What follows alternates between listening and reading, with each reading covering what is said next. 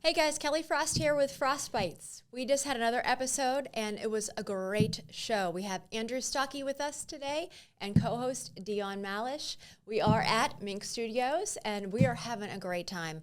What an incredible episode we just had. It was actually Andrew Stockey's very first podcast interview, so we were very honored to have gotten to interview him today. Stick around. You don't want to miss this one. We have so many great stories of Andrew Stockey.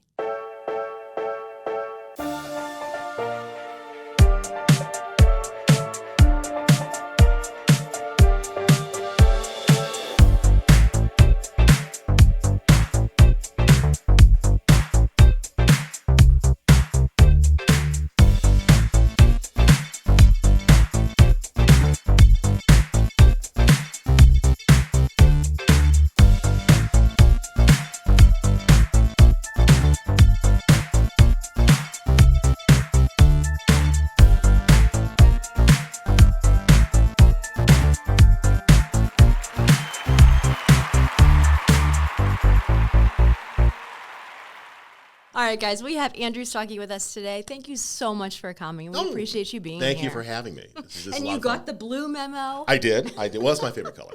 Is it? I love blue. Me too. I love blue. I have a blue car. Do you? I do. What are you driving these days? I have a Cadillac. It's blue. It's the coolest color blue. I always say it's not your grandfather's Cadillac. It's so cool. Anyway, so I love blue. That's good. Wow. Well, we were just talking about Baltimore. Mm-hmm. So, I mean, they have blue crabs. Never had a blue crab. Well, that's how they start. Oh, is it? Oh, so the crabs we have are blue first. Mm-hmm. I didn't know that. I did not know that. Yeah, they're Maryland blue crabs. Their shells are all blue. Okay. And then once you steam them, they're red. Oh, is that how it works? Wow, that's interesting. I had no idea. Oh, things you learn I on am Frostbite. schooling you guys today. The first thing we talk about is Baltimore of all places. I know, right? Seriously. Yes, but that is how they are. And they are different sizes and everything. Yeah, but they call them Maryland blue crab. Okay. Yeah. I'll remember next time I'm in Maryland. Yes, yeah. So now you can tell other people and you'll sound like you know exactly what you're talking about when it comes to crabs. I will definitely do that. I'll be the expert. Well, we've been wanting to have you on the show for a while. Well, I've wanted to do this for a while. I mean, you and I have known each other for a while, and I've admired your work from afar and up close too. Thank you. And so this is a pleasure for me as well. Thank you. I've never done it. This is an actual podcast. Yeah. I've never done a podcast before. Really? You have not? I've never done one. I don't know. I mean, I know what they are. I've listened to them, watched them a few times, but I've never actually done one. That's so cool. I am honored to have you then today. Wow, really, this that's very great. first So I'm a real rookie at this. So help me through. It is just a conversation. Talking. Okay, that's it? That's it. Yeah, it's just a conversation. We're just here to talk and find out a little bit about you and just, Share your story. About me. Yes. I'm kind of boring, actually. I'm sure that's not the case. I'm very, very boring. I think that was the first eye roll of the day. No, seriously. I mean, if you follow me on social media, you'll find I'm pretty boring. Yeah. I doubt that. Well, to us, you're special. Oh, well, thank you. You're a local celebrity. That just means people know me. It's not always a good thing. I mean, we don't know how boring you are, but we do know, You know of me. Yeah. You've heard me before. Well, let's put it this way. We've never heard anything bad about you. Well, that's a good thing. That's Right? a good thing. Yeah. Obviously, though, you have not done enough digging yet. I'm sure if you really dig, you can probably find something. Well, Maybe I'm not encouraging people to do that. Maybe we'll do some digging after this. all right. So everybody knows that well, maybe not everybody, so maybe you are schooling other people. Okay. So you work for a news station, and that's WTAE. Right, the ABC affiliate. You are the sports director I'm and a anchor. sports director. I anchor the 4 and 5 o'clock actual newscast, and then I do sports at 6 and 11 o'clock, and I manage the WTAE sports department. So a little bit of everything. I'm wearing a number of hats over there. That's a lot of stuff to do in a day. It's a full day. I mean, I'd probably get to work around 1:30, Okay. and I'm not done until 11:30. So it's a full day. But it's kind of fun. I mean, it's like I always tell people, half my days, the seriousness of the world, and half my day is like fun and games. So I get the best of both worlds. That does sound fun. That would be. I don't know. It's great. I mean, it's kind of like you're a master. You're a master of what's the phrase? Jack of all trades. Jack of all trades, master of none. Yeah. That's it. You do. Well, sounds like you're the master of most. Only We'll tweak that for because you. I've been here long enough. When you're here somewhere, I've been here since 1995. So I've had enough time to learn a lot about Pittsburgh and see a lot of things. I think that history always comes into play whenever you're at work. So when you're talking about fun, what is fun? Tell us about the fun part. I mean, I think every day, I think, when you go in and you're in a very energetic newsroom, you're with people who want to tell stories, when you never know how the day's going to unfold. I mean, you go into a newscast with a plan. Here's what we're going to present. And then, as they say, breaking news changes everything. Hopefully it's, obviously breaking news is not always positive, but you hope you don't have to deal with, tragedy. But it's that rush of, hey, this is happening now, and you want to share it with the audience. And that's what I really enjoy. So for me, that's part of the enjoyment, part of the thing it really drives me. It's also just meeting people and talking to people just like you are. I mean, the people I've interviewed over the years, the conversations I've had, the experiences I've had, the events I've been to. It's really, there's these little small experiences you go through, and maybe you don't always take a picture or post it on Facebook, but you remember, and you have that with you always. So that's really been a lot of fun for me. I mean, that definitely gives you, the vehicle to meet a lot of great people, Oh, my goodness, yes. And there's so many great stories, and we're not just talking about the famous people. I mean, every day you meet people who amaze you and do things that you couldn't have possibly imagined. And every day you're inspired. You really are, just by telling stories of everyday people. Do you sleep better after you have some of these great stories? No, not really. I don't sleep much at all. I was just talking about that with a friend of mine, how little sleep I get. Because when you put in a day like that, you have very little time for exercise and enjoyment. So I play ice hockey a couple mornings a week. I started playing about 4 years ago. That's awesome. So it's my passion. I really enjoy it. But face off at 6 a.m. What? Wait, after working till 11? Yeah, well, because that's when the home and adults get the going? ice. It's the kids' fault. The kids take the ice from 7 o'clock on. So the adults, that's when we play during the week. So I play hockey a couple days a week. Where do you play? I play up in Warrendale. Okay. And I play in a co-ed league. We have people in their 20s. We have people in their 60s. There's no checking. Can't check. Oh, no checking. That's You have collisions anyway because it just happens. I mean, it's still a small patch of ice. But it's a great workout. It's an hour straight going up and down the ice. Even though you're in a cold area, you aren't like drenched in sweat when it's all said and done. Yeah. And so I do a couple days a week, and I just love it. And the friendships I've made and the camaraderie, and it's fun. And something I as a kid, I never did. I skated as a kid, but I never played hockey. Probably because I didn't see people who looked like me playing hockey. I just didn't think hockey was something that I could do. And a friend of mine 4 years ago said, hey, we have this hockey league. You should play in it. I'm like, I'm 52. Forget it. I'm too old for that. I'll break everything. I will. He's like, come on out. So I went out, and I said, well, I could probably do this. So, and now I'm the captain of my team. I know. Of course. And I have a confession to make. So I'm not from Pittsburgh originally. I grew up in Connecticut. And my favorite hockey team is still the Whalers. No longer exist. No, don't look at it. They're no longer here. So. They're the Carolina Hurricanes now, and I don't want to talk about that. But the Whalers were my team as a kid. That's the team I grew up watching. Sure. I mean, Ron Francis was in Hartford before he came to Pittsburgh. So that's where I got to know him. And Eddie Johnston, who was the Penguin GM, was in Hartford. So that's always been my team. And so they named the team the Whalers for me. And so I wear all this Whaler gear. And that's so fun. And my friends in Connecticut really like it. So. I love the Penguins. Don't get me wrong. Right. But of course. that's my childhood team. So there you go. That's good. Yeah. That's a good one. They're not here, so. So I play hockey a couple days a week, and then I play golf when I can. Now, see, the ironic part here is that my husband played hockey when he was younger. You did? And he played golf his entire life. I won't play either one of those with him.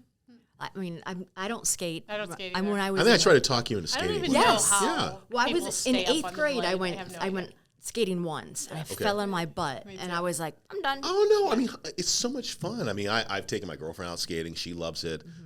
It's just like I go down PPG rink during the winter. Yeah, during the winter. I bet it is fun. It's wonderful. And people are just skating around. And, if you're not great at it, it's okay. And if you fall, it's all right. Because you'll fall on your butt. You'll be okay.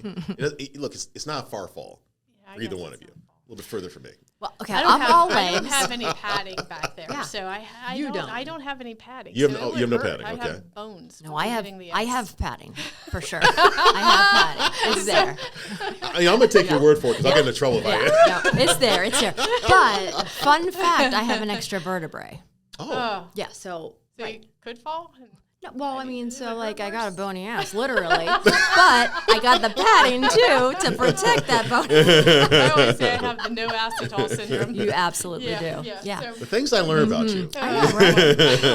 Just those little Yeah. things. So. But I told David, I was like, hey, you know, Andrew said that he'd take me and teach me how to go Yeah. skating. And David goes, I swear to God, if you go skating and he teaches you how to skate after you've been telling me for 20 years, I You're can't. in trouble. Well, look, I don't want to get in trouble with the two of you. I mean, And I go, David, you're rough. I bet Andrew would be okay with me and to I would- actually teach me. I go, David would be like, go. but then again, I'm kind of like him when it comes to golf. I don't teach anybody how to play golf. I know better than that. If I'm, when I'm dating, if my, significant other wants to play golf, I'm not going to tell her, hey, this is what you do, because I've learned better. I've learned over time. You make a mistake when you do that. Yeah.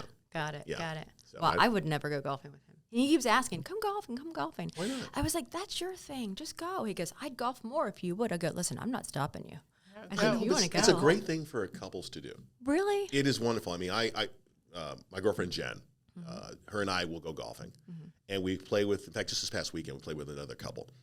It's first of all just being out, two couples talking, interacting, having fun, and it's just a great thing to do when the weather's nice and you're outside and you're done. You have a little dinner. It's a great afternoon. All right, now we won't tell her. Is Jen any good? She's good. Is she? She's really, really good. But then you can enjoy it because she's good. I know, like we If are. she wasn't good, would you have as much fun? Yes, I would. It's not about how good you are. As long as you Good can one. keep up, that's fine. She's good. That's She good. hits the ball sometimes better than me. That's a good See, one. he keeps saying she's Yeah. good. She's good. She's good. Well, she keeps taking my irons, like my 7-iron, which is like my key club. I have to make sure it's in my bag when we're done playing, because she'll take it. I'm like, just go buy one. She goes, well, I like yours. I'm like, that's not how it works. You're going to have to just go buy her one. I've got a few clubs I'm going to have to buy her. Go, Jen. What's your favorite course?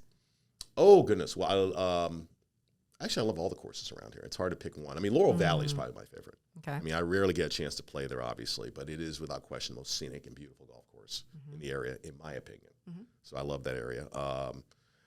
I've played South Point a few times. I like it, but I like what's Lindenwood right here in Peters Township.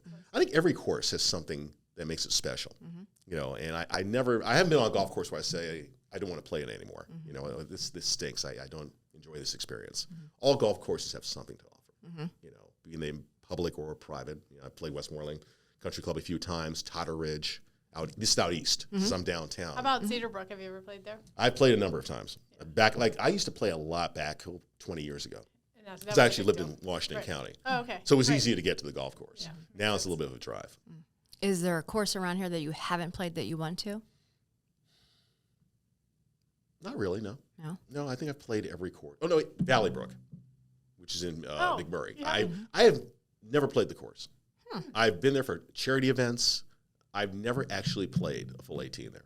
I would Why? like to. I just have never had the opportunity. You play a lot of charity events, too. At least I used to when I had time. I don't anymore. So I miss out on that. It Yeah, runs there's no off so time. fast. There is no time. It's- I I mean, don't it's know hard- how we do all the things that we do in a day. I mean, who's got 6 hours? Not me. Yeah. And it's 6 hours. It's an hour drive, 4 hours, then you leave. I mean, it's just having the time to play. Yeah. So- I don't know what that's like. I don't even remember the last time I took a vacation.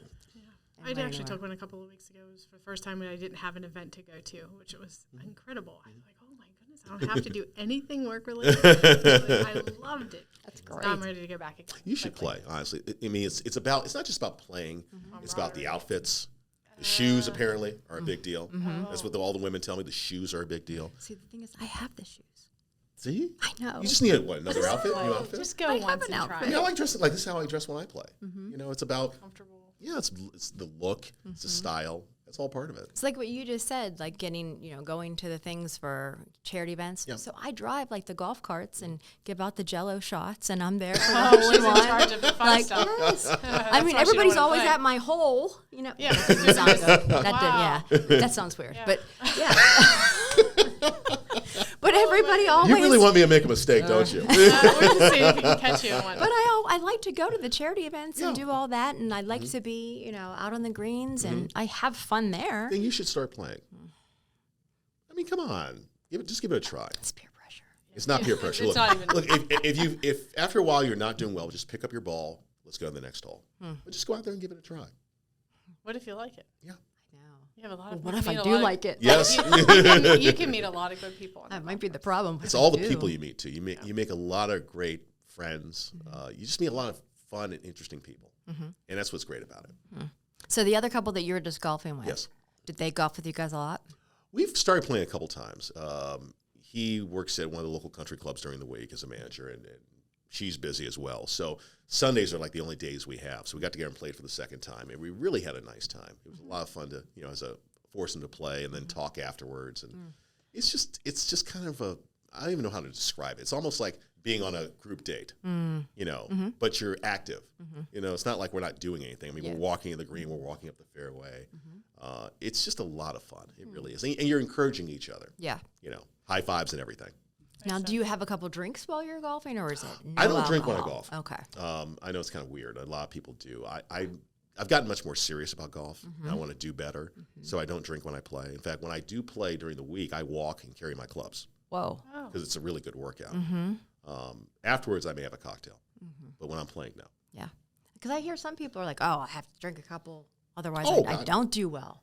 A lot of people. Maybe their thing, right? Yeah, that's their way of doing it. They have to like relax. That's why they're cup holders in the cart. Yeah, they're not there for water bottles. I just don't want to put like a Happy Gilmore and be like, whoosh. And if you did, you did. know? I mean, That's why hockey players are so good. They've got that motion. That's why I play hockey. I'm hoping it will translate. that makes sense. Although it's weird, I'm a right-handed golfer. I'm a left-handed hockey player. Wow, that All is right. So kind of I don't know if it's working. Yeah, I do that too with sports. I left-handed with sports. Are you? Yep. Right. So Yep. I play pool. Everything's left-handed. Darts either way. Either way, huh? Okay. I'm not good at sports. The one time I took a Spanish dancing class, so I thought it was so cool. I'm like, I really can do this. And then by the end of it, I heard his pop goes my Achilles up my leg. Ooh. So therefore, I ruptured. You got hurt Spanish dancing. Spanish dancing ruptured my Achilles. How hard were you dancing? I mean, it wasn't. I mean, obviously, it was too hard for my body to handle because I had no indication that I was going to rupture my Achilles. Like all of a sudden, this loud pop sound like that, and I'm like, and I went to put my foot down and it jiggled, and I'm like, I can't walk. And so it literally went up my leg. There were pieces hanging. They had to cut it and put it back together. I didn't walk for 12 weeks. I can walk or drive for 12 Oh weeks. my goodness. So I can understand how it can put a professional out of hockey or Well, I did hurt football or- myself. I actually pulled a muscle. You did? Playing in January. Yeah, I was skating towards the puck in the corner. Normally, when the puck's in the corner, I'm smart enough to say, you know what, you go ahead and go for it. I'm going to skate away. For some reason, I went after it this time. And I went to stop, and my leg kind of just slid, and I could hear the pop. It was a groin injury, and I could literally feel it. That's painful. And they had to help me off the ice. Oh, And I didn't play for 2 months. wow. And it was really hard. And I tried to, okay, I'm good now. And then I went skiing, and I hurt myself again. So, Yeah, so as we get older, it hurts. yeah, I've noticed that. Breaks. Yeah. Kind of stinks. Yeah, so I get you. He's like, and then I went skiing. You Therefore, know. I'm Well, I went skiing because I'm like, I'm fine now. yeah. See, I tried skiing, and every time I did, I went, and then someone's like, well, maybe you should go on a snowboard. I was like, I'll try anything at this point. Because I was like trying to the bunny slope, and I was like, yeah, these kids are like going past me. They put me on a snowboard. I was fine. Really? Yeah. I can't do it. I And tried. everyone's like, snowboarding is so much harder. I'm like, well, not for me. You put me behind a jet ski or I'm a impressed. snowmobile, and I'm fine. I don't want to be uncontrolled like that. So skiing for me is a horrible experience. But I can go 100 mile an hour in the woods on a snowmobile, in the cold, because I can control it. So it's just weird. That's I a can't vehicle. control it. Yeah, the only time I'm flying, but I cannot. Obviously, I Snowboard can't and dance. snowmobile. You guys are really crazy. I mean, we are a little bit out there. I feel very boring. I just ski. Totally not. Yeah. But that was a fun experience, snowboarding. That was good. I bet. But see, now I did fall on my ass a few times, and that's when that But you whole- had the extra vertebrae, Yeah, so you were that's fine. right. Yeah. I had You're the boning cushion, whatever. Yeah. That was fun. Then, foggy goggle afterwards, you don't feel anything. Oh, the foggy goggle, yes. Yeah, good times, good times. So what else? So athletic. So you do the marathon, correct? I did it. Okay. I did it a long time ago. In fact, it was 2012. So it's been 12 years. And I did the one time. I was doing a lot of half marathons at the time. And a half marathon is perfect. It's 13 miles. Everybody can probably do a half marathon. Not everybody, but No, you could. I mean, if you can run 10 miles, you can do it.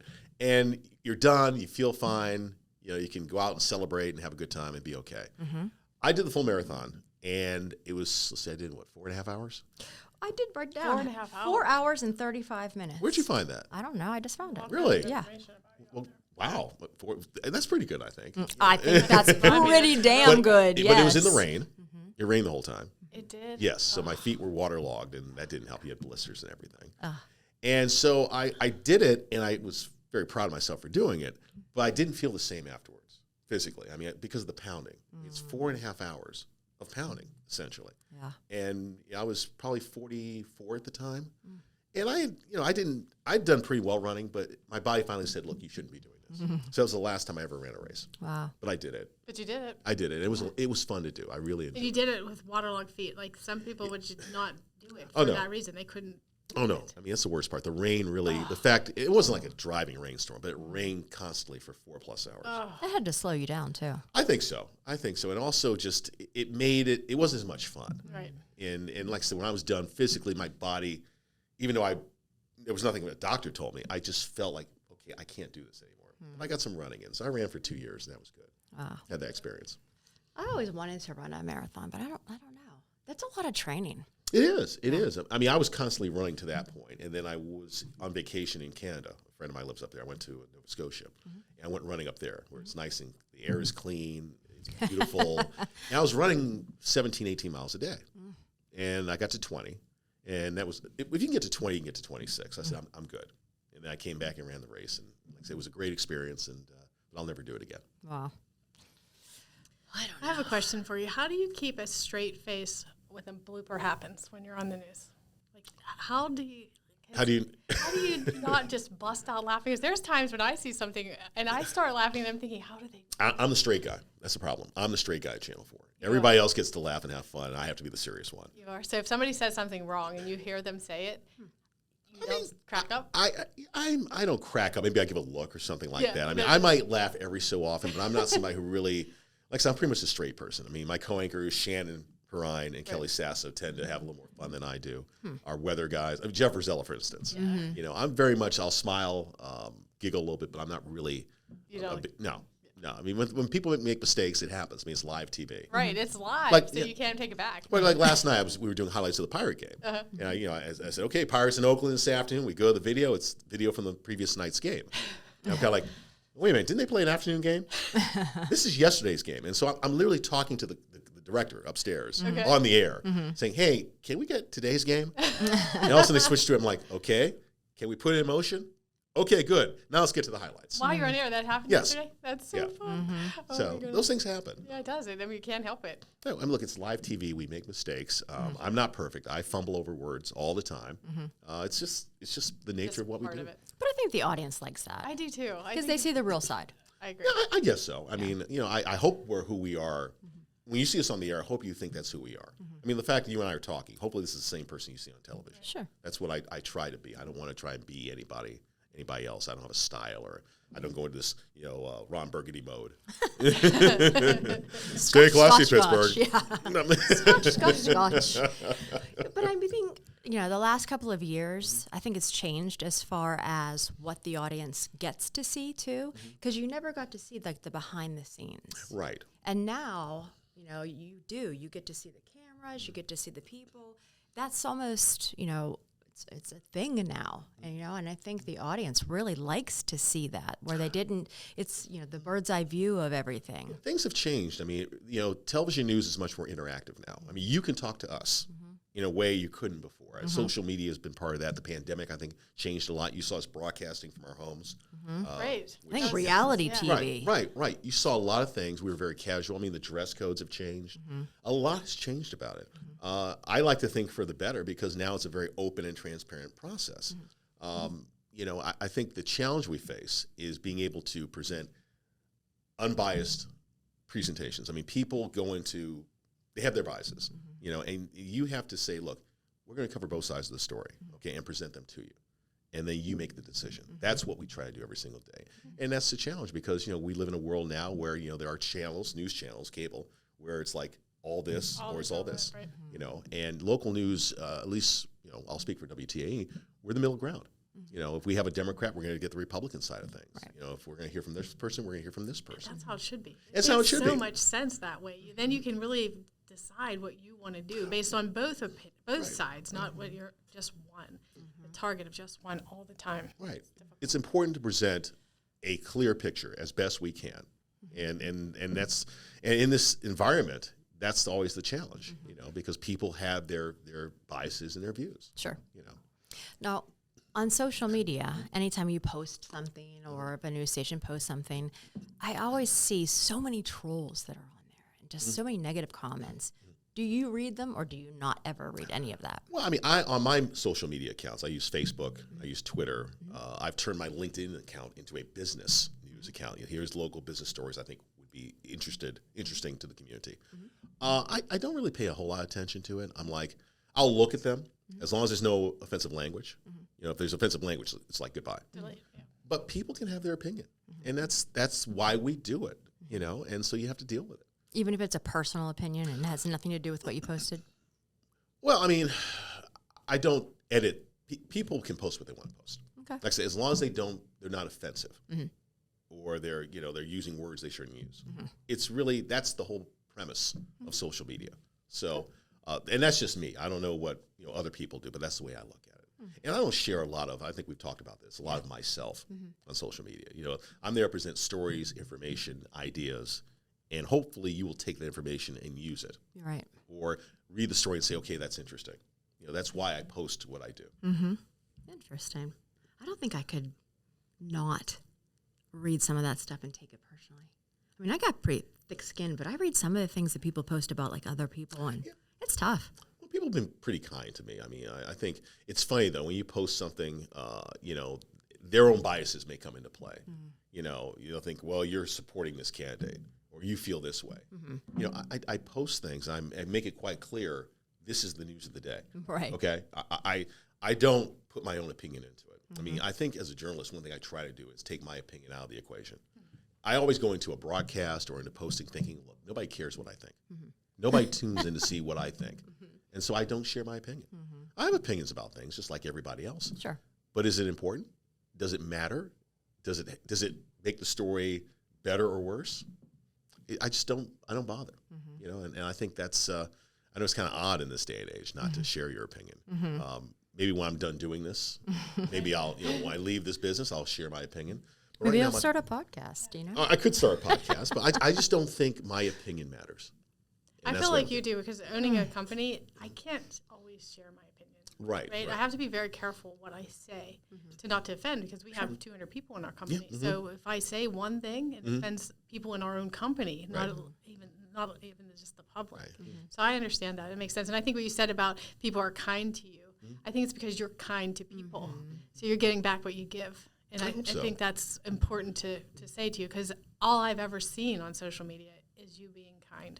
Well, thank you. So I never look and think, oh, Andrew Stockey, I can't believe he said that. Right? Well, I tell you, I mean, that's why I like doing sports, because at least in sports, you can have an opinion.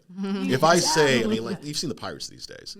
I mean, it's hard for me not to say something critical of them. But that's okay, because we all feel that way. Because we all feel the same way. Right. I can sit there and say, like, well, the Steelers took this guy. Well, I don't know if I would have done that. That's the kind of thing you can do. And that's why I love the other half of my job, because that's where you can share part of who you are and how you feel about it. And it just gets people riled up. And you have much more fun that way. Yeah. You do. Yeah. You do. So tell me about the adrenaline of being in the Steelers Super Bowl locker room. There we go. How long has it been? Hard enough, I'm starting to forget what it was. I need a reminder here. Wait a minute, hold. It's been a long time. But you've been there, right? Yeah, it's funny. The last Super Bowl they won was in Tampa. It was 2009. And I remember I was on the field with Sally Wiggin. Her and I host the pregame shows and the postgame shows during the Monday Night Football. And we're on the field, and they brought players out to us after they won. So here comes Mr. Rooney. Art Rooney came out, and he had the trophy with him. And so we're waiting to go on the air, and I turned to him. I said, Art, that looks heavy. He goes, well, why don't you find out? And he just gave it to me. And so he gives me the Super Bowl trophy. This is literally 15 minutes after they won it. What? It was the nastiest thing in the world. There were lip marks. There were fingerprints. It was like, ugh. I was like holding like, ugh. I was just like, oh my goodness, what is this? I mean, it was like drool. I mean, it was all sorts of stuff on it. And Sally later was like, well, how come you got to hold the trophy? I said, well, I asked. Yeah, you just have to ask. But it was, I got to tell you, the fun of watching these grown men celebrate. and watching the organization celebrate, because it is the pinnacle. And, they party, but they're having a good time. And they're really enjoying this moment. And that's why that trophy, as Mike Tomlin calls it, the sticky Lombardi, because it has fingerprints and lip marks of everybody on that team. Everybody had a piece of it to make it happen. And so to be able to hold it after a game before they clean it off, that was quite an experience. That's something I really, really do appreciate and I think about. So that was the fun of that game, being able to have that trophy at least for a couple minutes. It's a shame it doesn't actually stick with this city. Yeah.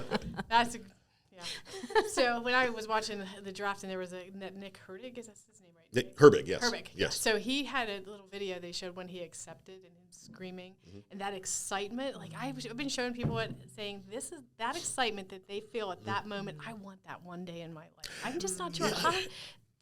Do you feel that? I would love that. I mean, you begin to realize when you cover athletes that they get to experience things that you will never experience. Never. From being a role model to influencing young people to the height of heights to winning a championship, even just to win an important game and that thrill of being the hero. It's things that I think we all would love to experience, and I wish we could. But that's what makes those people so unique. I agree. What's the closest you've gotten to that? To that feeling. To a victory.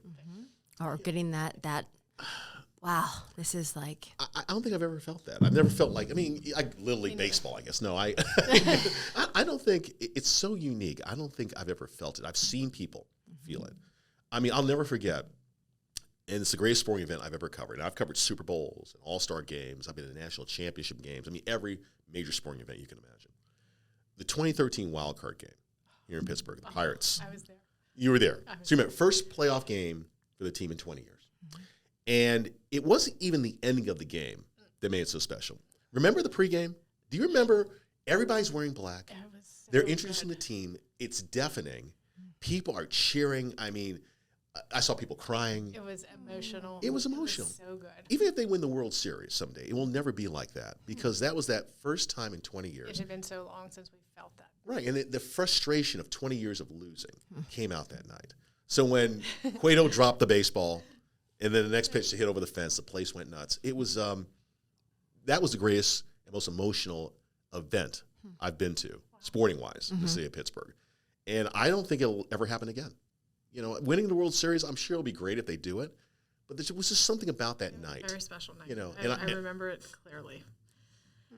I love sports. I love Pittsburgh. I'm glad that I live here because of the sports and what it does to people. It makes us so happy. We do feel some of what they're feeling, right? I remember, so my dad recently passed away, but our big thing, he lived in South Carolina, so every game, we would call each other 100 times during the game. And we'd share, Dad, you see that? And I remember the Super Bowls, like, he would be teared up. I could hear him through the phone. Oh, yeah. The emotion that he had and the emotion I had, and watching the Pens when they had that, they went into overtime like 3 times that one time. And it was like 2 in the morning, and we're still talking. Oh, it wasn't 2. I remember that. I actually was on the air, and they were still playing, and so I went down to the arena. It was the second overtime. It was insane. It was like, please, let's win. So, so it's so emotional for me because I shared that with him so much. So he got to see the first game this year, and they lost. And I was like, and then he died a couple days later. Oh. So I was so sad because I'm like, Dad, I wanted him to see it, Pickett win, and did not. He's got the best seat now. Oh, yes, that's true. Know. That's true. I know, but anyways, he used to wear his terrible towel and put it on his head. So it was kind of cool. But we had such a relationship because of sports, and being a girl. And I remember when I was probably in 5th grade, we had a football game that you played on the table, the little pieces, and so him and I would play the game, and I learned about it, and I would learn. And then, of course, I got to live through the 70s. Yeah. Oh, yeah. And I was probably, so I was born 68. So I was 9. Me too. Yeah, so we got to remember that. We got to be a part of that. And the Pirates, they were so amazing back then. And then the Pens. So yeah, I love this city. I love the sports, and I'm excited that you're here with us. I think it's been a fun conversation today. Well, you know what's great about working here and covering these sports. I grew up in Connecticut.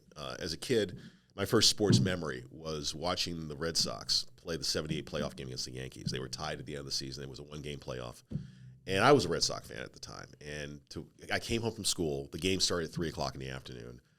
They lost on a home run, and I was in tears. And it was the first time I'd ever cried about something that wasn't like, oh, I didn't get this or I didn't get that. And I realized there was a connection there. And when I come here, and one of the great things about working here is that you get to watch that connection because there's so much history. I mean, what happens today is influenced by what happened 20 years ago or 30 years ago. It's the history, in my opinion, that makes what happens today so special. I mean, we could be in Arizona and have the same teams, and it wouldn't be the same because there's no history. You know that history. Even the kids today, you know, this is what they're going through. They'll have that history as they move forward. So I've been very blessed to work here. I realize Pittsburgh is a unique city, and it's been my pleasure to be able to be that person who, when these things happen, it's like, you know, hey, you told us about this, or you were reporting on this, or you announced my high school games on Friday nights. That's the cool part for me in sports, and that's the part I really, really enjoy. Yeah, I mean, you're probably part of so many stories. And it's not something that you don't plan to be a part of it. Right. But when they flash back to that Super Bowl, whenever it was, it's like, you were on the air telling me about this. Or when my high school in the state championship, you were the person who told us what had happened. And so it's great to have that and to know that when I'm done, I'll be part of that group of announcers and reporters who told those stories. I mean, not that I think, look, I'm not Bob Prince, I'm not Bill Hillgrove, I'm not Mike Lang, I'm none of those people.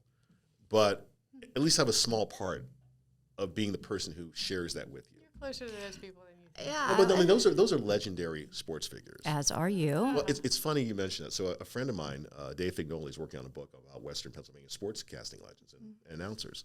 And he asked me, can I interview you for the book? And I said, well, wait a minute. I mean, you're talking to you're talking about Myron Cope. And you're talking about all these great names. And I said, look, I'm not of that caliber. I'm not of that ilk. I mean, Bill Hillgrove, I think the world of. One of the most talented announcers and people I've ever met. I got to know Myron Cope in his later years and really got to know him as a person to the point where he and myself and his daughter are very good friends.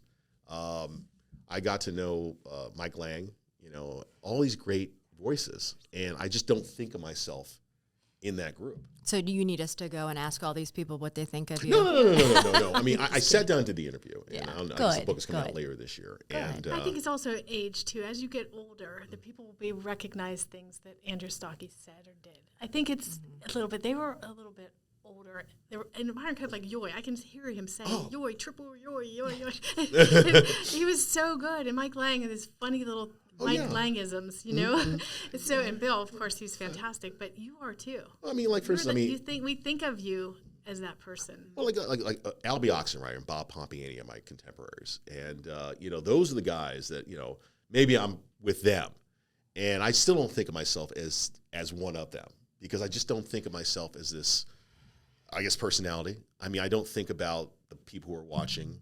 Sometimes I just do my job. I'm just me, I just happen to be this guy who has a pretty cool job and lives in a pretty cool place and who's very happy. And, I've been very blessed. But I just don't think of myself as bigger than that, if that makes any sense. I know I'm probably rambling. It makes sense. Yeah. Really And so when you're asked to be part of that pantheon, it kind of humbles you. In fact, I said this to somebody the other day. I mean, when I go to Channel 4, when you walk in, there's a wall with all the current anchors. There's a big screen. We have all these videos running of past WTAE people, shows, and what have you. And it's been 65 years WTAE's been around. And you begin to realize that every day you're part of that legacy.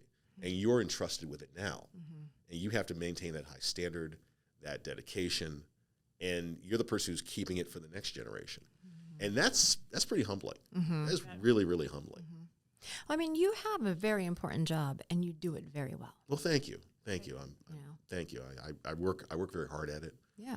Well, it shows. The fact that you are humbled by everything that you just said is why you do such a great job, and why. Well, thank you. I'm very blessed with a lot of great people, too. We have great reporters, producers, writers, anchors. There's a whole team, people that you don't see. Sure. And you're the person entrusted to take what they've put together and present it to everybody. Right. And that's the humbling part. That's the part why I try to work as hard as I possibly can. That's why I'm kind of dedicated to what I do. Yeah. Well, it's amazing what you do. Oh, thank you. Yeah. Thank you. You're very kind. Yeah. Well, there's so many people that say that, too. It's not just me. Well, I appreciate that. I guess I just don't. I guess I don't think about what's going on outside the bubble sometimes. I mean, I do think about the viewer every time when you ask questions. You're that person who's asking for the viewer, and you do think about what do they want to know. But when you're on the air, you don't really think about. It's like me, Kelly, or Shannon, Jeff, or Mike Harvey. There's 3 cameras and a floor director, right? And that's it. If I make a joke. I think it's funny. It's funny. Unless Shannon's like, that's not really funny. I have to say, this morning when I was leaving, I'm like, oh my goodness, I'm meeting Andrew Stockey today. Oh, stop it. I swear, was I freaking out this morning? Really? Sure, yeah. I was freaking out. And then my husband, I'm like, he's famous. I'm really, so you don't know what people think.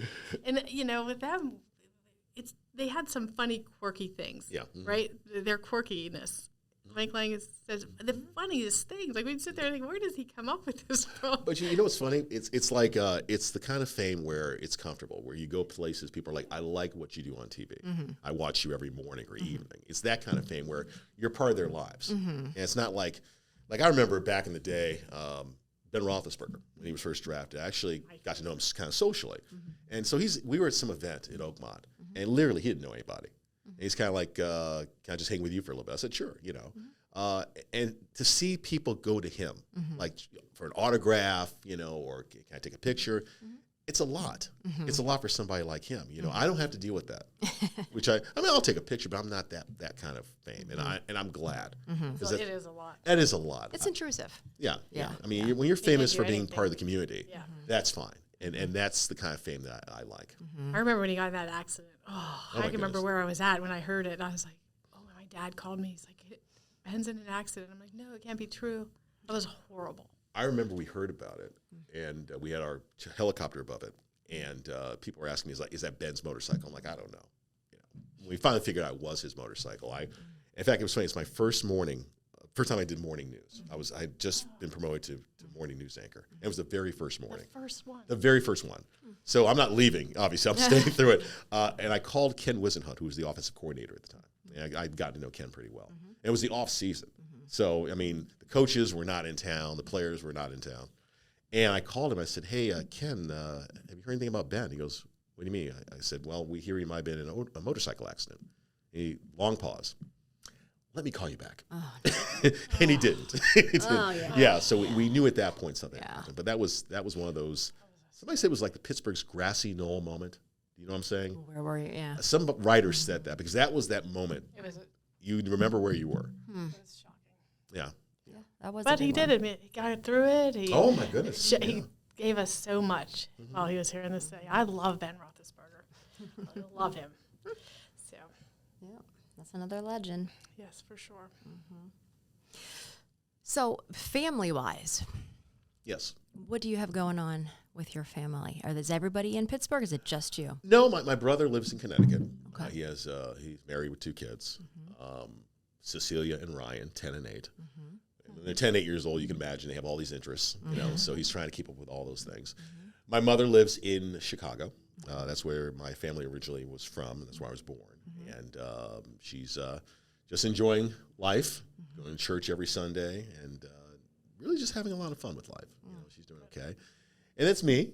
I have no family here, other than my work family and friends. And I just kind of have a lot of freedom to do a lot of things, which is nice. I mean, I live in the city, and I'm able to get up in the morning, go for a bike ride, or go grab coffee. I have a significant other, and she likes to, on the weekends, go play golf or go to events or travel. Great travel person.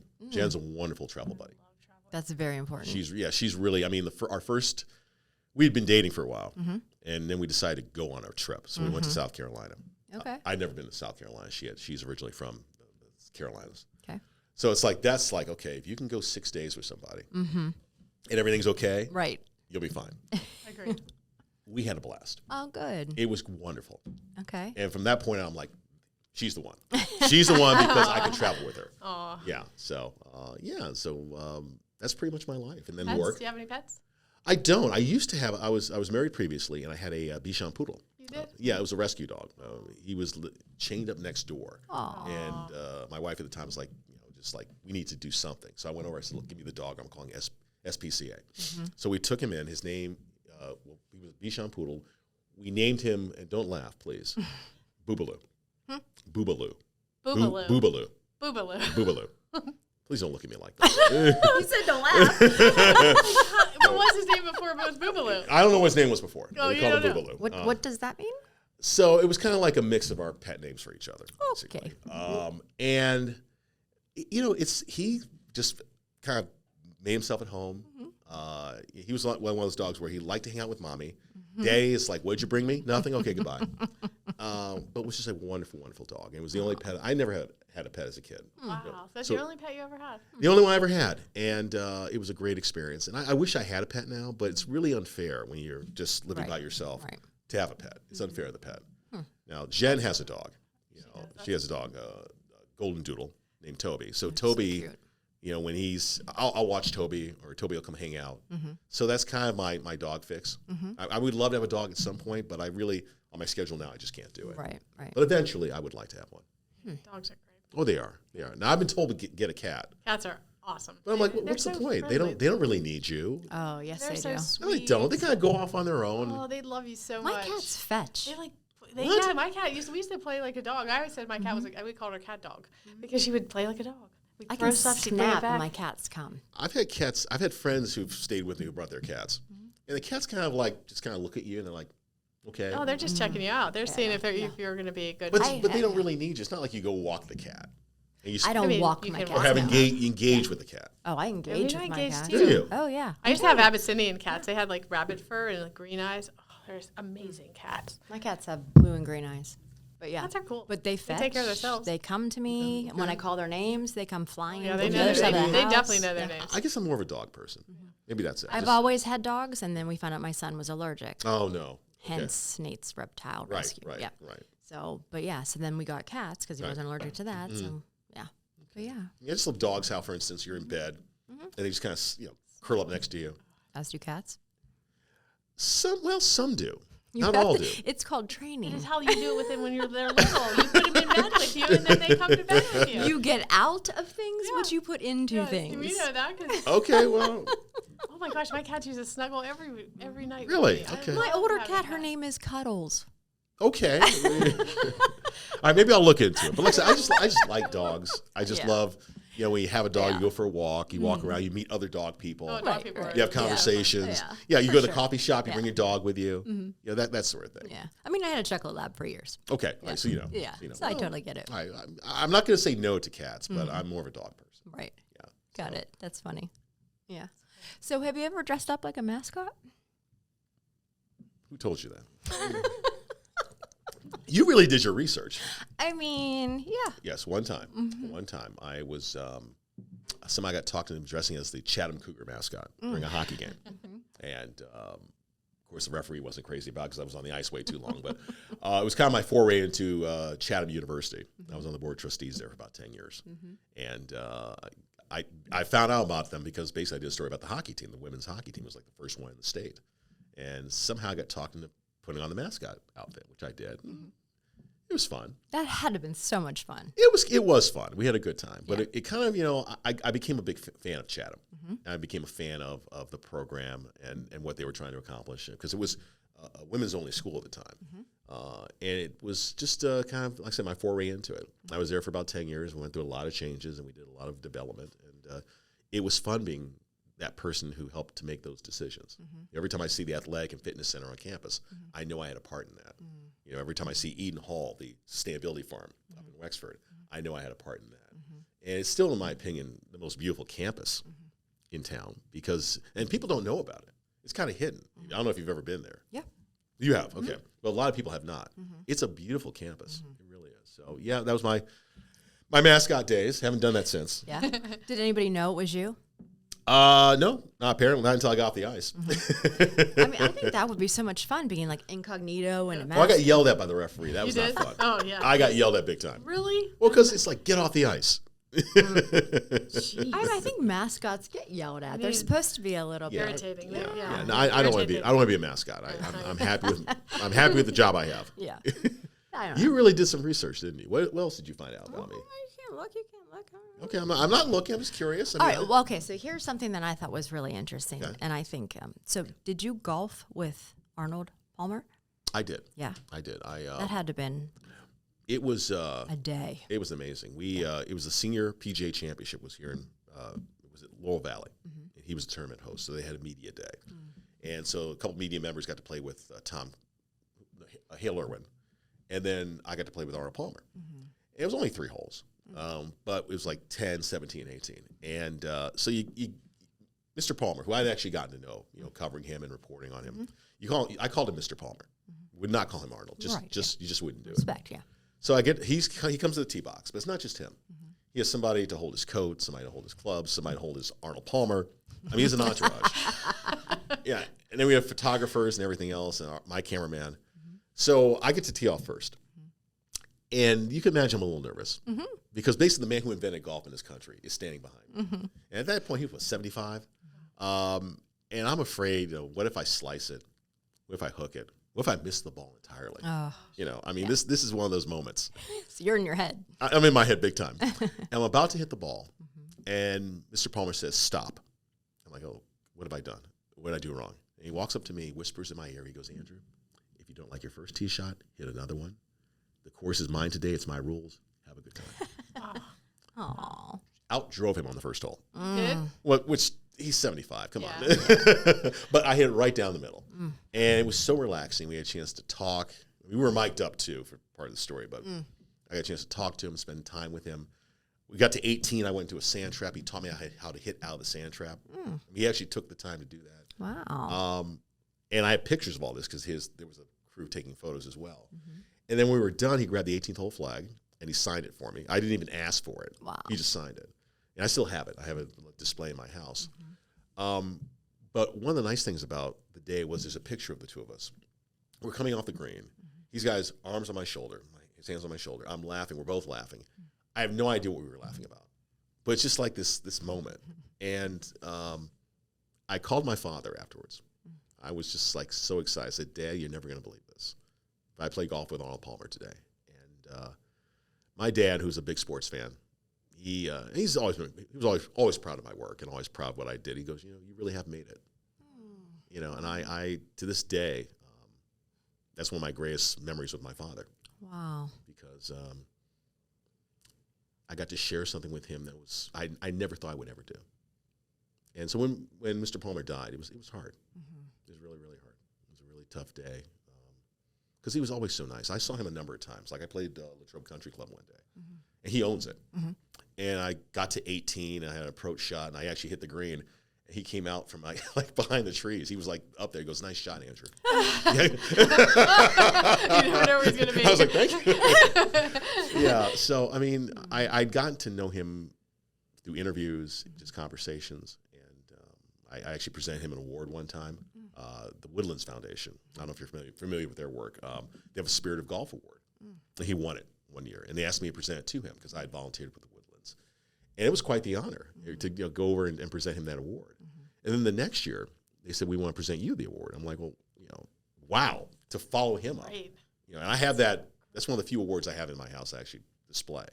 But it meant so much to follow in his footsteps. So I think a lot of Arnold Palmer. He's somebody who I really admire because he's somebody who never really forgot where he grew up. Somebody who was always very approachable, easy to talk to, and just a really good man. So that day was incredible. It really was. I mean, it sounds like you remembered every second of that day. I don't remember what happened. I remember the feeling and the emotion of it. We were just talking about that. Before you came. Really? Yeah. Really? Just had that feeling. Yeah, it's just like you remember. It was 2005. It was a cool afternoon. It was a Friday actually. I do remember it was a Friday, and then I had to do live shots afterwards. And I just even people in the studio could tell how excited I was, and I think maybe that's what really got me excited about golf. I thought I was really into golf, but then to play with somebody like that. And one question I did ask him, I said, you probably play with a lot of people who can't play golf. You do a lot of these pro-ams, and you probably get sick of playing with these hackers and whatever. He goes, look, Andrew, anybody who plays golf and enjoys it and plays because they do enjoy it and they're not worried about their score and whatever, I want to play with them. Wow. So, yeah. This is a guy who puts golf in perspective, what it really is. It's not about trying to break this imaginary score. It's not about, you know, being part of this elite group. It's about just going out and having some fun. Enjoying it. That's an amazing story. That's awesome. I'm sorry. I felt was I too deep there? Not at No, all. so good. No, Thank you no, for I sharing love that. that. I Yeah. love the fact that you called your dad right afterwards and he said that to you. No, my dad, so he grew up watching me play football and baseball, and you know, I thought he was a great man. There were a lot of things he accomplished at a time when people who looked like me couldn't accomplish those things. He did them, and he was successful. And so to be able to share my successes and my experiences with him, you know, that made the day special. If I had gone through that and then couldn't share that experience with somebody, you know, I don't know if it would have meant as much. Somebody I cared about. I mean, my mother is very more matter of fact. She would have been like, "That's nice, dear." I mean, she would appreciate it, but she would not have gotten it. Yeah. My dad got it, and so that was really great. And I mean, we're always trying to make our parents proud. Yeah. Right. And for you to hear that from your dad, I'm sure you heard it. I did. I didn't expect that. I just wanted to tell him, "Dad, guess what I did today?" And I hope you get to experience through my voice what it felt like. So, And it sounds like he did. I think he did. I think he really did. And so that was cool. It's a really cool memory. I love that. This resonates with me so much. Yeah. Thank you for sharing. Oh, you're welcome. You're welcome. Absolutely. I think we have to end on that story. Oh, okay. Yeah. Have we gone too long? No, we're good where we're at, but that was amazing. I think we have to end with that. It was so beautiful. Well, you know, it's funny. I don't think I've really shared that story, you know, with the public. You know, I guess because, like I said, I don't think my opinion really matters. And so to be able to actually share something about yourself, it's kind of weird. You know, like I'm used to interviewing you, not the other way around. So when you're interviewed, and I guess I really think about what you're asking me. Because you know how you'll interview somebody and they kind of give you an answer, but they're not really listening to the question. I'm listening to your question. I'm like, oh, let me think about this. And okay, here's a real answer. Yeah, So, I love it. Thank you so much. you're welcome. Thank you both. And I so appreciate you coming on and the fact that this is your first podcast. My very first podcast. Yes. Hopefully it'll be well received. It will be. We're putting it out there. I know it will be because we have received it so well. So I know everyone else will too. That was Thank you. amazing. Thank you so much. You're welcome. Thank you both. It's a pleasure meeting. The pleasure was all mine, ladies. Thank you. All right, guys. Well, that is our interview with Andrew Stockey. Thank you so much for watching and stick around for the next one.